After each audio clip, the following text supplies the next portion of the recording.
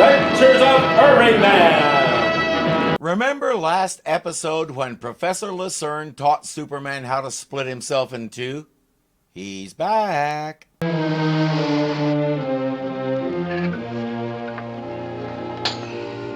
It's no use, Inspector. I've been 3 days trying to burn through this thing. It won't even blister. The short version? That cube is made of some kind of alloy that even Superman can't break through. It's been sitting there for 7 years. The property belongs to one Steve Barton, a man loosely connected to organized crime. The main connection is his brother Paul, who is a very naughty man. So naughty, the police are convinced he's inside that cube hiding out. Under the law, if he disappears for 7 years, he can be declared legally dead. You can't prosecute a dead man, so as soon as the 7 years are up, he can walk out of there a free man with a clean slate. Get the stethoscope. Sure, boys.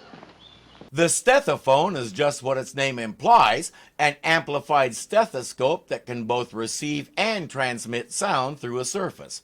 It's how he talks to Paul. We learn that Paul has a special acid that will dissolve the metal and let him out when it's time.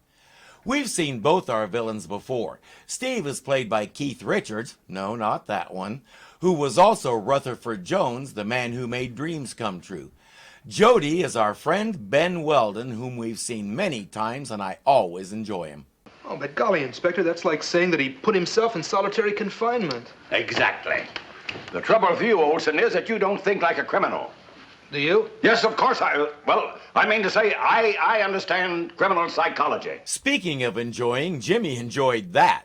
Perry says he's guilty of everything, including murder, which means if he's caught, he gets the death penalty. 7 years in solitary is a small price to pay to avoid that and end up a free man.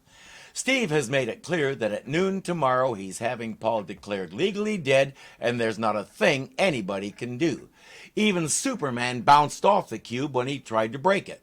We never will find out what this stuff is, but we should be building cars out of it. Steve is concerned that Superman will find a way to break into the cube in spite of everything, so he wants some insurance. Insurance? You mean there's companies that sell policies against Superman? I couldn't deprive anyone of that. Ah, Professor. Superman. How are you, sir? It's been a long time. Too long, my friend, too long. What are you talking about? It was just last episode. He's going to teach Superman a new thing to do with his molecules. You mean that I might be able to just pass through a wall? Have you ever tried it? No. No, I can't say as I have. I've crashed through a lot of walls, but I never just passed through one. Can you imagine how much money that would save him just in lawsuits over broken doors and walls? The professor says, try rearranging the molecules of your body to mesh with those of the wall.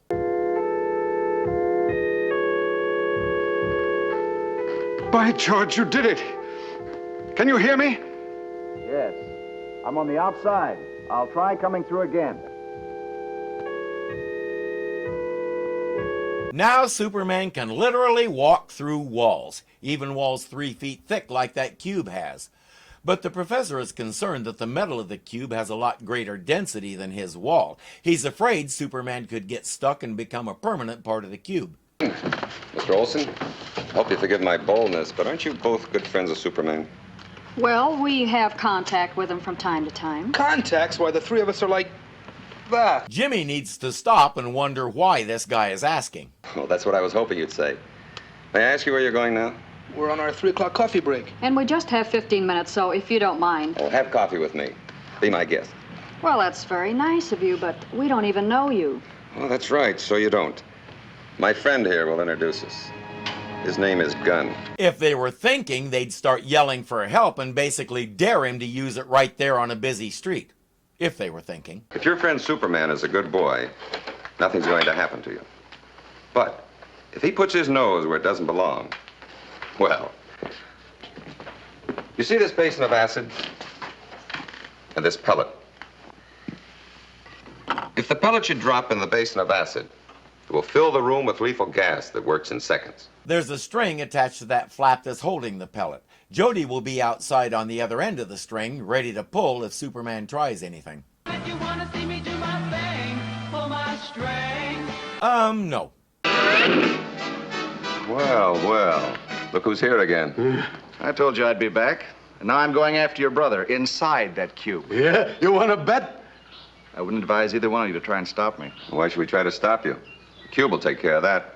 Let's sit down, Jody. This ought to be very entertaining. If it's going to be that entertaining, it's rude to make Lois and Jimmy miss it. Not only are you criminals, you ain't got no class neither.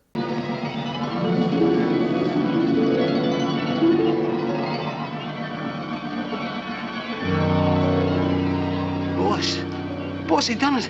He just oozed through. Get over by the string. Steve gets on the stethophone and warns Paul that Superman is coming in. What he doesn't realize is Superman can hear him. He's coming after you, Paul. He melted in the wall as if it soaked him up.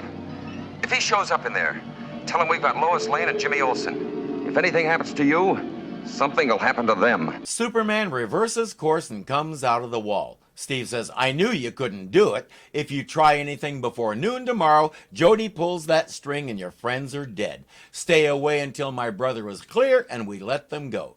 Superman says, I guess I don't have much choice. Oh, and by the way, when I say noon, I mean noon. Paul's got a clock that runs on Naval Observatory time by radio from Arlington. So don't try any tricks. Thanks for the info. Guess where Superman's next stop will be? Boss, look. Look, he's walking. He's too shook up to fly.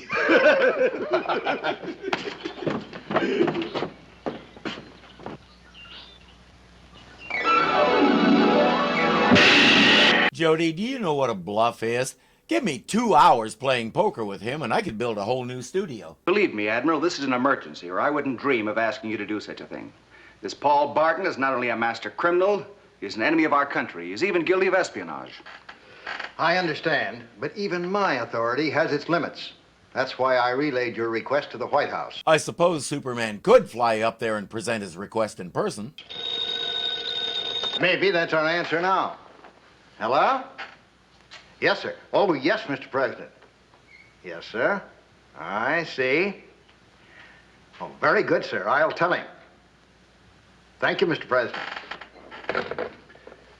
He says if Superman wants something done, we'll do it. What Superman wants, Superman gets, and try not to make him angry. I think we can guess what he wants, but let's see how this plays out. The minute Paul comes out of the cube, you pull that string on Jimmy Olsen and Lois Lane. Anybody who didn't see that coming has to stay after class and do an extra assignment. Paul has his acid to dissolve the metal and a nice battering ram to push the resulting door out of the way.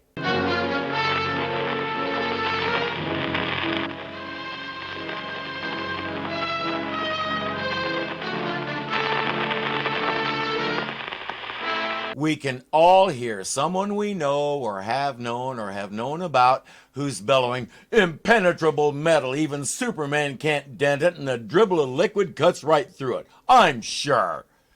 Steve told us this metal was developed by a brilliant scientist who conveniently is no longer with us. You think he wouldn't develop something to manipulate it with too? Smile, give a fist bump, and say hello to chemistry.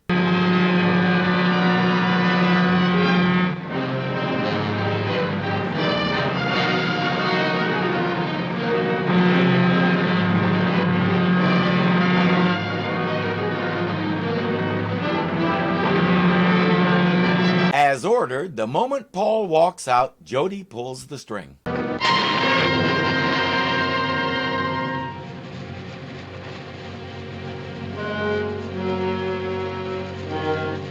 Those poor innocent chairs, and they were so young. Paul Barton, you're under arrest. Oh, I'm afraid you're mistaken, Inspector. You've got the wrong man. I'm not Paul Barton. Ever since 12 o'clock noon, Paul Barton has been legally dead. And it's now 5 minutes past noon. And the law says you can't touch me. That's where you're wrong. It's exactly 5 minutes before noon. Paul says, my clock can't be that far off. I'm tuned to the Naval Observatory. Henderson says, yeah, Superman knew that. He had Arlington speed up his time signals. Since yesterday, your clock has been gaining a fraction of a second every minute. It's now 10 minutes fast. You mean? I mean you walked out of that cube 10 minutes too soon. Instead of being legally dead, you're still legally alive. And you'll pay for your crimes. They already nabbed Steve, and Jody will go quietly. Paul can't help but appreciate the irony. To think I spent 7 long years in this cube so I could be free. And the whole scheme was ruined in a short 10 minutes. Since it's 1958 and you're going up for murder, I doubt you'll have another 7 years to ponder it. At least I have one satisfaction. Superman may have beaten me, but he couldn't save Lois Lane and Jimmy Olsen. Wrong again, Barton. I had them out of that house over an hour ago. And that makes it a clean sweep. Paul Barton and his 7-year scheme. Judges? Hey friends, if you enjoyed the video, please click the thumbs up button and let me and YouTube know it. If you're not subscribed yet, you know what to do. And remember, you can become a patron of this channel for as little as $2 a month. Thank you so much for watching, and I'll see you next time. Paul has his acid to dissolve the messel.